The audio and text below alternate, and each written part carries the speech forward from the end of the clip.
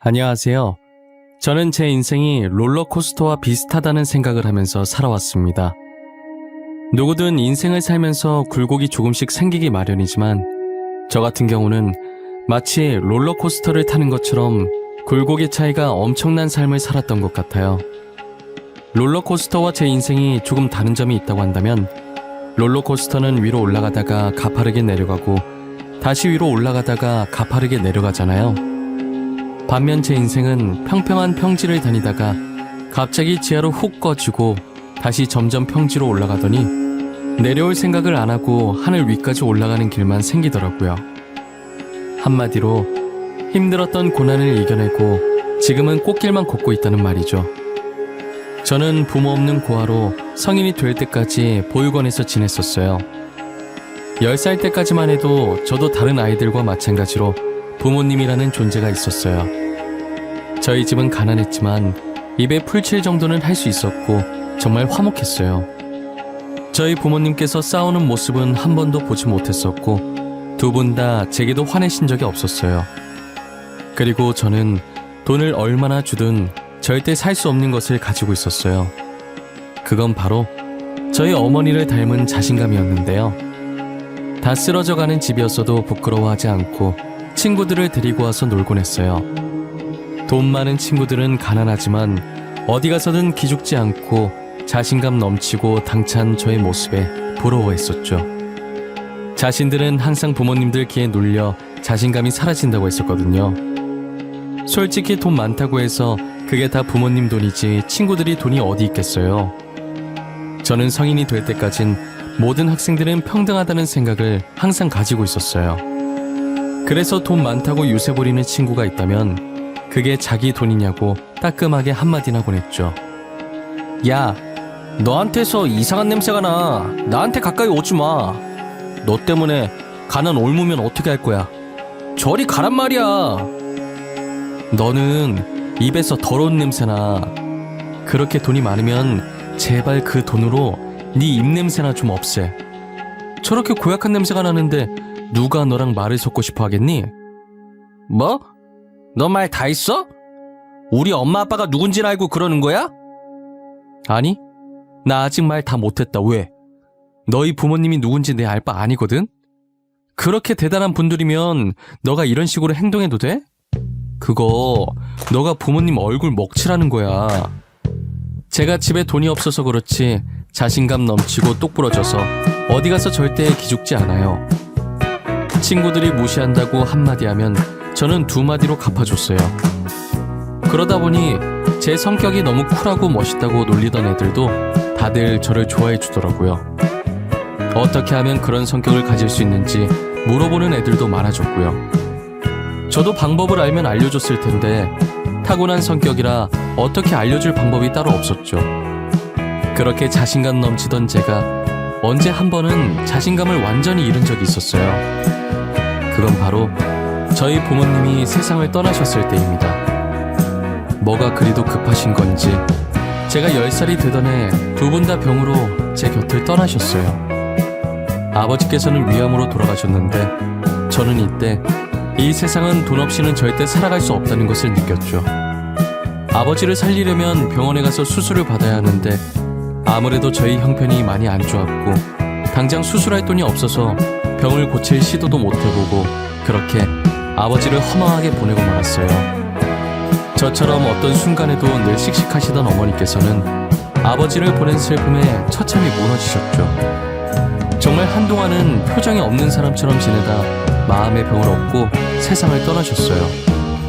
전 돈이 없어서 부모님이 아픈 모습을 보고도 그저 가만히 지켜만 봐야했어요. 나날이 안 좋아지는 부모님의 상태를 볼 때마다 제 마음도 찢겨지기 시작했어요. 결국 부모님을 다 잃은 저는 갈 곳이 없어서 저와 비슷한 처지의 아이들이 모인 보육원에 가게 되었어요. 처음엔 더 이상 부모님이 제 곁에 없다는 걸 믿지 못했고 적응도 제대로 못했던 것 같아요. 제 전 재산은 부모님이었는데 전 재산을 잃으니 자신감도 많이 사라져 있더라고요. 그러다 보내는 이에 아무런 주소도 이름도 없이 받는 사람의 제 이름만 적힌 택배가 하나 온 거예요.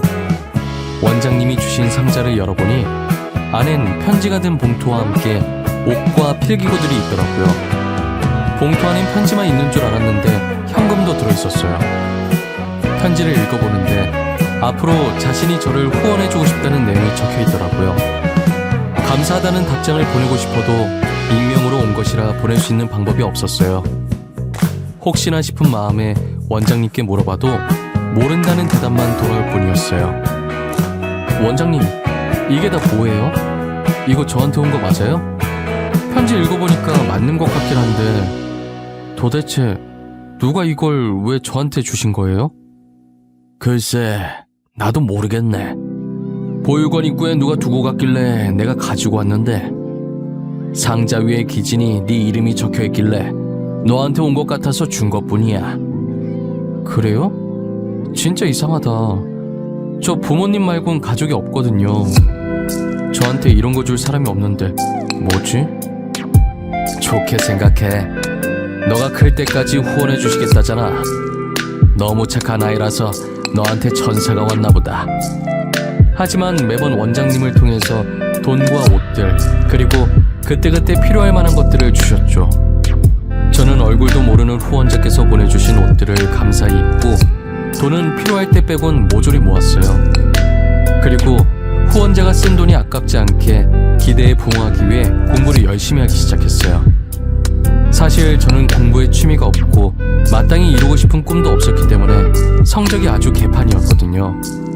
하지만 부모님이 돌아가시고 나서부터 의대에 가고 싶다는 생각이 들었어요. 10살 때 이런 생각을 했으니 저는 다른 아이들에 비해 이른 나이에 하고 싶은 것을 찾은 셈이죠.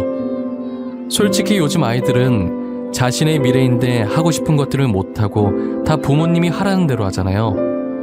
저는 부모님이 시켜서가 아닌 정말 진심으로 의사가 되고 싶었어요. 그래서 저처럼 돈이 없어서 치료를 받지 못하는 사람들을 도와주고 싶었어요. 저는 밤낮 할 것 없이 자는 시간과 화장실 가는 시간을 제외한 모든 시간에 책을 봤어요.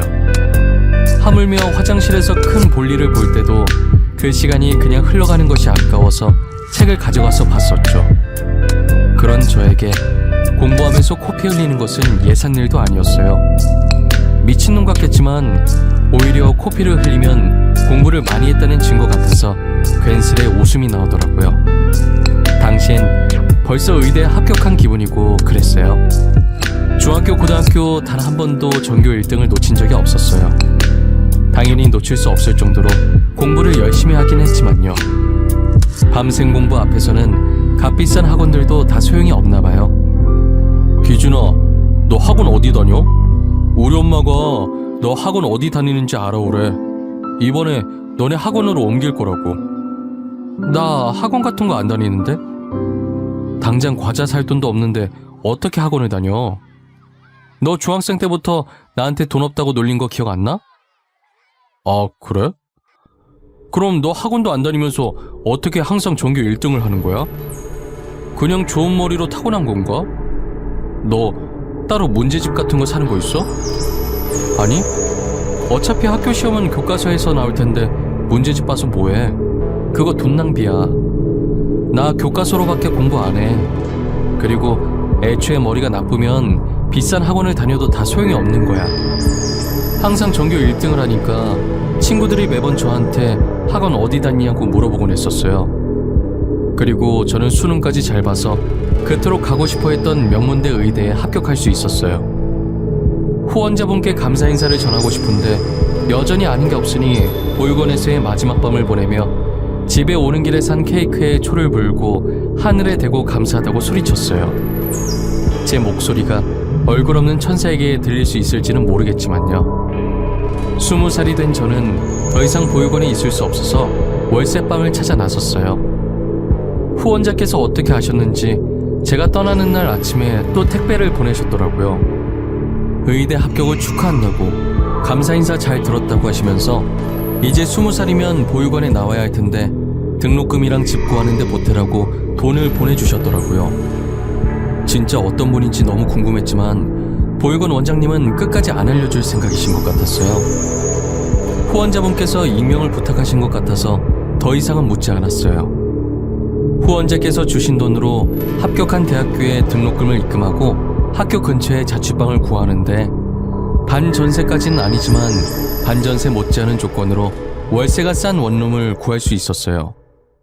의대를 다니면서 알바를 할 수 있을 거라고 생각했는데 그건 제 착오였어요. 공부할 시간도 빠듯해서 알바할 시간이 없더라고요. 그리고 저는 성인이 돼서 후원이 끊길 줄 알았는데 대학 졸업할 때까지 제 자취방에 택배가 오더라고요.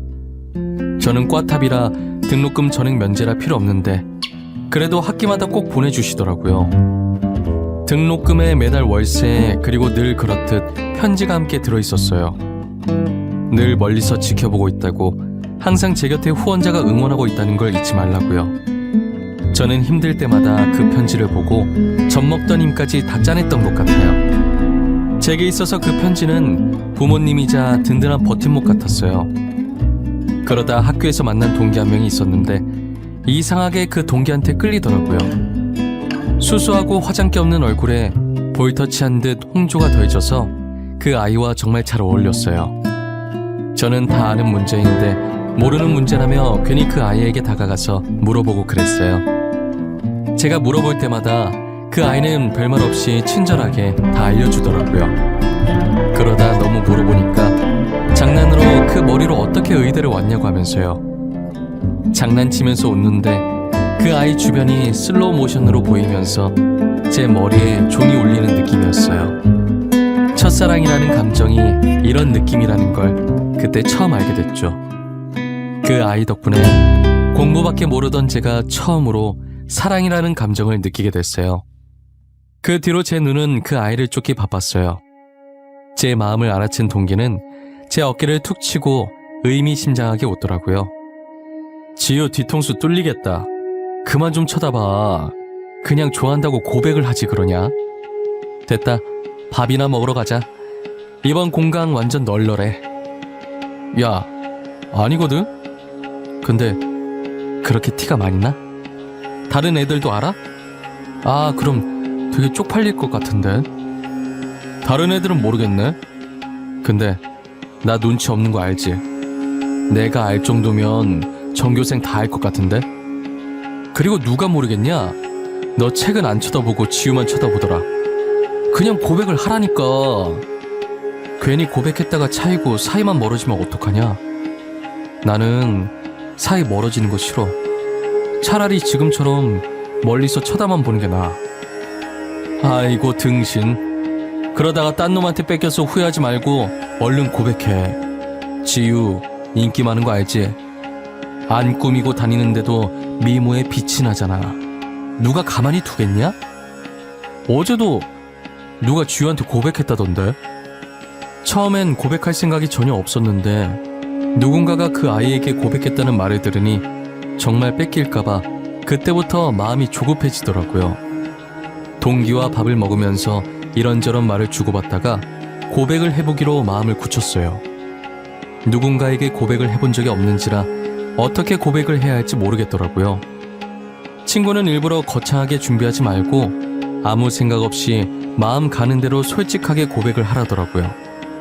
어줍지 않게 준비한 것보단 담백하게 있는 그대로의 솔직한 마음을 전하는 게 더 잘 먹힌다면서요.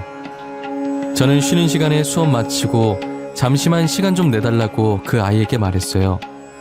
그 아이는 해사하게 웃으면서 또 모르는 문제 있냐고 물어보는 거예요. 전 그 아이의 대답에 할 말이 있다고 해야 하는데 바보같이 그렇다고 해버린 거죠. 제 대답에 그럴 줄 알았다는 듯이 픽 웃으면서 알겠다고 하더라고요. 그리고 그날따라 시간이 왜 이렇게 빨리 가는지 결전의 시간이 순식간에 다가왔어요. 너 나한테 문제 물어보려는 거 아니지? 할 말 있어서 시간 내달라고 한 거지? 아무래도 내 말이 맞는 것 같은데. 아니야? 어떻게 알았어? 티 났어? 내가 이리저리 티를 많이 내고 다니는 편인가 봐. 말을 안 해도 다들 알고 있네. 평소답지 않게 어색하게 말하는데 어떻게 몰라. 아까도 시간 내달라고 하는데 되게 어색했어. 너 어디 가서 거짓말은 못하겠다. 이렇게 다 티가 나서. 그래서 나한테 할 말이 뭔데? 뭐라고 얘기해야 할지 모르겠는데 내가 갑자기 이런 말 하는 거 당황스러울 수도 있어. 그니까 내가 하고 싶은 말이 있잖아. 너가 나 좋아한다고? 아님 좋아하니까 사귀어달라고? 설마 결혼하자는 말은 아니지? 사귀는 건 좋은데 아직 결혼은 부담스럽다 야. 너 어떻게 알았어? 설마 강지우가 너한테 말했어? 이 자식을 그냥... 무슨 소리야? 걔가 누군데? 아니 자기가 티 다 내놓고 그렇게 티를 내는데 어떻게 몰라. 너 꽈탑이잖아. 모르는 문제가 있을 리가 없을 텐데 괜히 나한테 계속 물어보는 거면 말 다 했지 뭐. 알고 보니 저만 빼고 제 짝사랑을 다 알고 있더라고요. 제가 하도 티를 내고 다녀서 저처럼 혹시나 그 아이를 제게 뺏길까봐 다른 애들이 줄줄이 고백했다가 대차게 차였다고 하더라고요. 저는 왜 받아주는 거냐고 물으니 다른 애들은 검은 속내가 빤히 보였는데 저는 너무 순수해 보였대요. 자신에게 다가가는 방식도 다른 애들처럼 막 다가오지 않고 어린아이 마냥 모르는 문제 있다는 핑계로 매번 수줍게 그러고 있으니 순박한 매력에 자연스럽게 마음을 열게 됐대요. 사귀면서 알게 됐는데 당시 여자친구한테 관심 있는 거 티내려고 선 넘는 애들이 많았다고 하더라고요. 안 꾸며도 이뻐서 그런 것도 있는데 여자친구가 금수저라 더 그랬다나 봐요. 저도 여자친구가 금수저라는 사실을 몰랐는데 직접 말해줘서 알았어요. 여자친구는 제 속이 너무 투명하게 보여서 좋대요. 그래서 저는 여자친구한테 앞으로도 지금처럼 거짓없이 늘 솔직하려고요. 여자친구는 의대를 다니다가 적성에 안 맞는다고 그만뒀어요. 여자친구도 어릴 적 제 친구들처럼 부모님이 시키는 대로 의대에 간 거더라고요. 그래도 제 친구 부모님과 다른 점이 있다면 이제서라도 하고 싶은 걸 하게 해주신 점인 것 같아요. 최근에 부모님이 혹시 하고 싶은 게 따로 있냐고 물어서 이제서야 하고 싶은 일을 하게 됐다더라고요. 늦게 시작하긴 했지만 워낙에 하고 싶었던 일이라 열심히 하니 금방 하겠더래요. 그래도 할 수 있는 걸 하게 되어서 정말 다행이라고 축하해주고 옆에서 응원해 주었어요. 그렇게 저희는 한 번도 싸운 적 없이 5년 정도 더 만나다가 결혼을 했어요. 처음에 결혼 얘기가 나왔을 땐 제가 부모가 없으니 자꾸 위축이 되는 거예요. 여자친구는 괜찮다고 하는데 예비 장인 장모님이 보시기엔 어떨지 모르겠더라고요. 여자친구에게 고백했던 날보다 인사드리러 가는 날이 100배는 더 긴장됐던 것 같아요. 하지만 제가 생각했던 것과는 달리 예비 장인 장모님께서 저를 엄청 따뜻하게 맞이해 주시더라고요. 얘기 많이 들었다고 그동안 얼마나 고생했겠냐고 저를 안아주시는데 저도 모르게 눈물이 났어요. 여자친구도 옆에서 보다가 제가 우니까 놀래는 것 같더니 이내 저와 같이 울어주더라고요. 예비 장인 장모님은 그런 저희의 모습을 보고 보기 좋다고 엄청 흐뭇해하셨어요. 정말 잘 어울리는 선남선녀라면서 저를 보니 하나뿐인 딸 마음 편히 맡길 수 있다고 하시더라고요. 저는 많이 부족하지만 믿고 결혼 허락해 주셔서 감사하다고 큰 절을 올렸어요. 여자친구도 옆에서 저라고 예비 장인 장모님은 아니라면서 맞절을 해주시더라고요. 이렇게 따뜻한 분들 덕분에 처음으로 인사드리러 가는 자리이자 상견례나 마찬가지인 자리는 처음부터 끝까지 화기애애하게 잘 마칠 수 있었어요. 저는 후원자분께 편지 한 통을 남기고 싶어서 제가 살았던 보육원에 다시 찾아갔어요. 원장님께 의사가 됐다는 소식을 전해드렸고 곧 결혼까지 한다고 말씀드렸어요. 원장님은 그게 정말이냐면서 축하한다고 저를 얼싸안으시면서 기뻐하셨어요. 그리고 제가 부탁이 하나 있다고 하자 대충 눈치를 채신 것 같더라고요. 후원자분께 감사했다고 편지 한 장 쓰고 싶은데 전해줄 수 있으시냐고 물었죠. 원장님께서는 이제껏 모른다고 했던 대답과는 달리 온화하게 웃으시면서 그렇게 하겠다고 하시더라고요.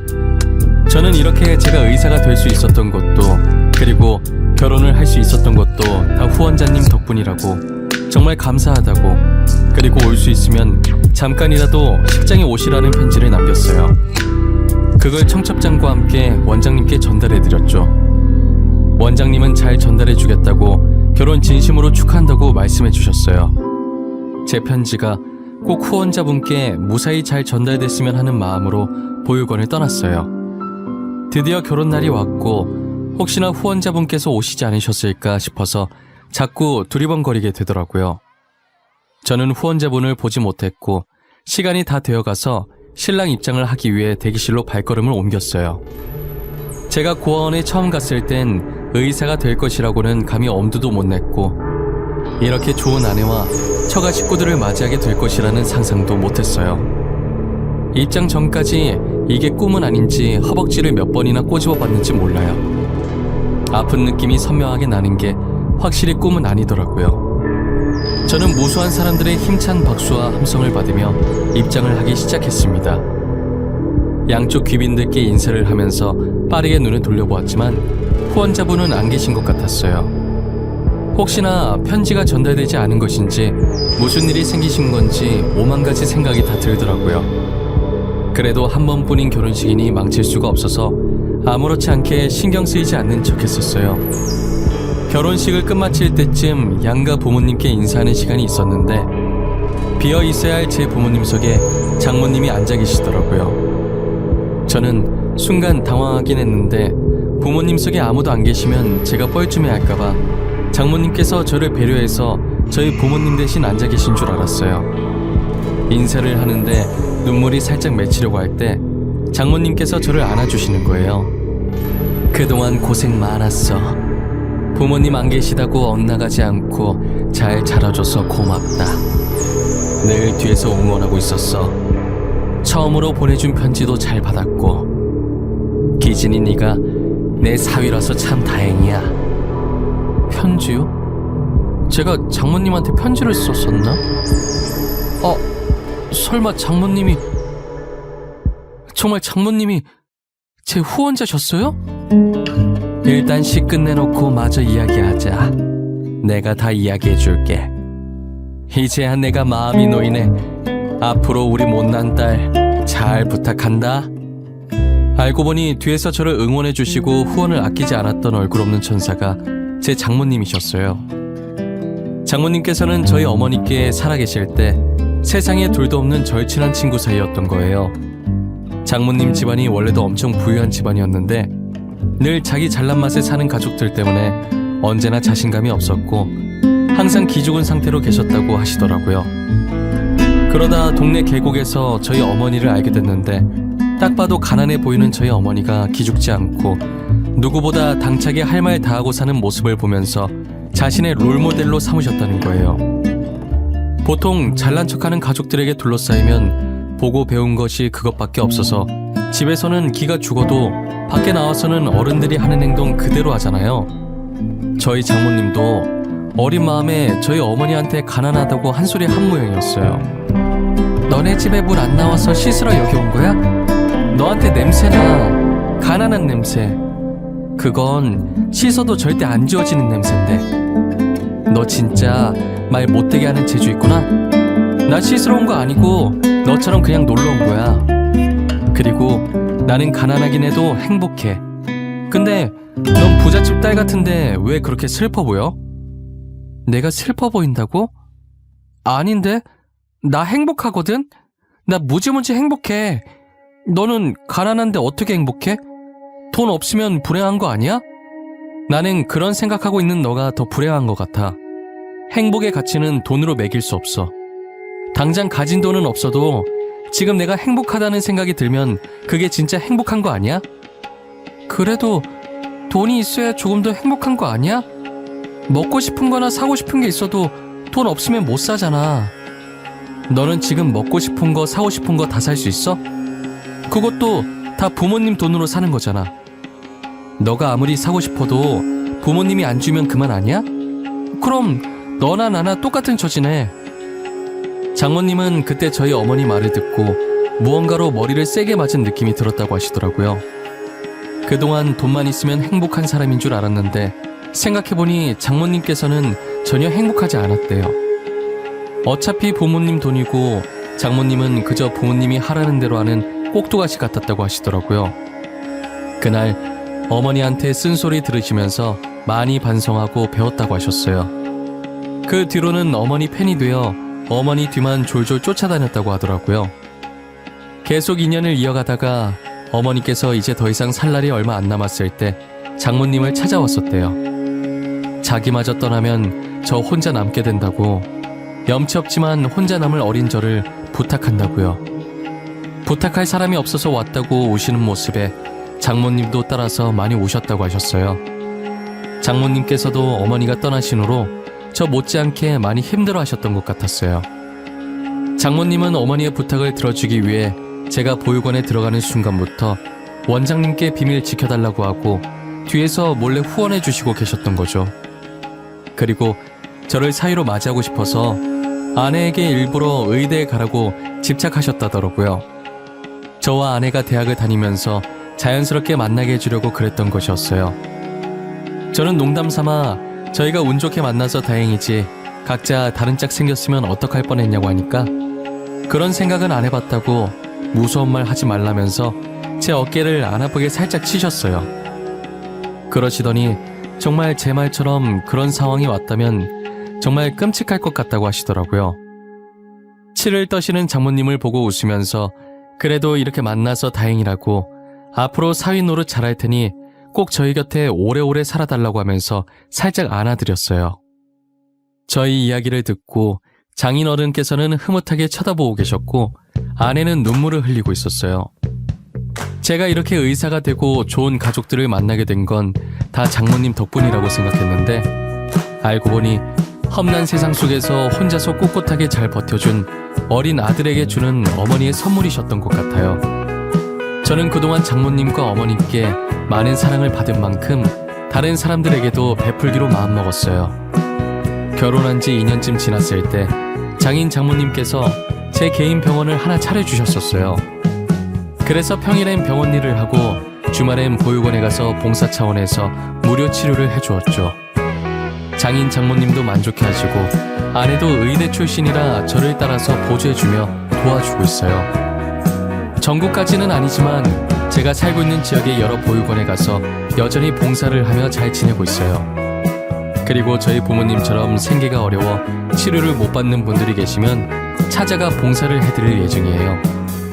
이제껏 부모님이 일찍 돌아가셔서 그동안 사랑을 못 받고 자랐다고 생각했었는데 그건 제 착각이었어요.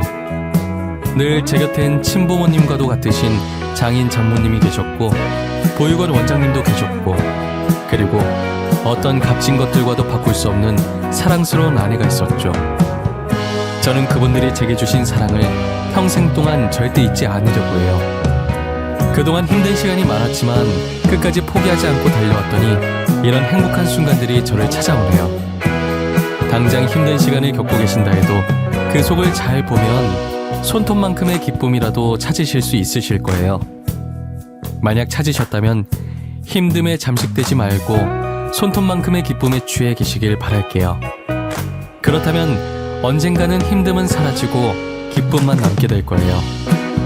이 글을 쓰다 보니 하늘에서 저를 지켜보고 계실 저희 부모님이 생각나네요. 어떤 표정으로 지켜보고 계실지 모르겠지만 부디 제게 수고했다고 말씀해 주셨으면 좋겠어요. 정말 수고 많았다고, 이제 더 이상 걱정이 안 된다고, 앞으로는 행복할 일만 남았다고 말이에요.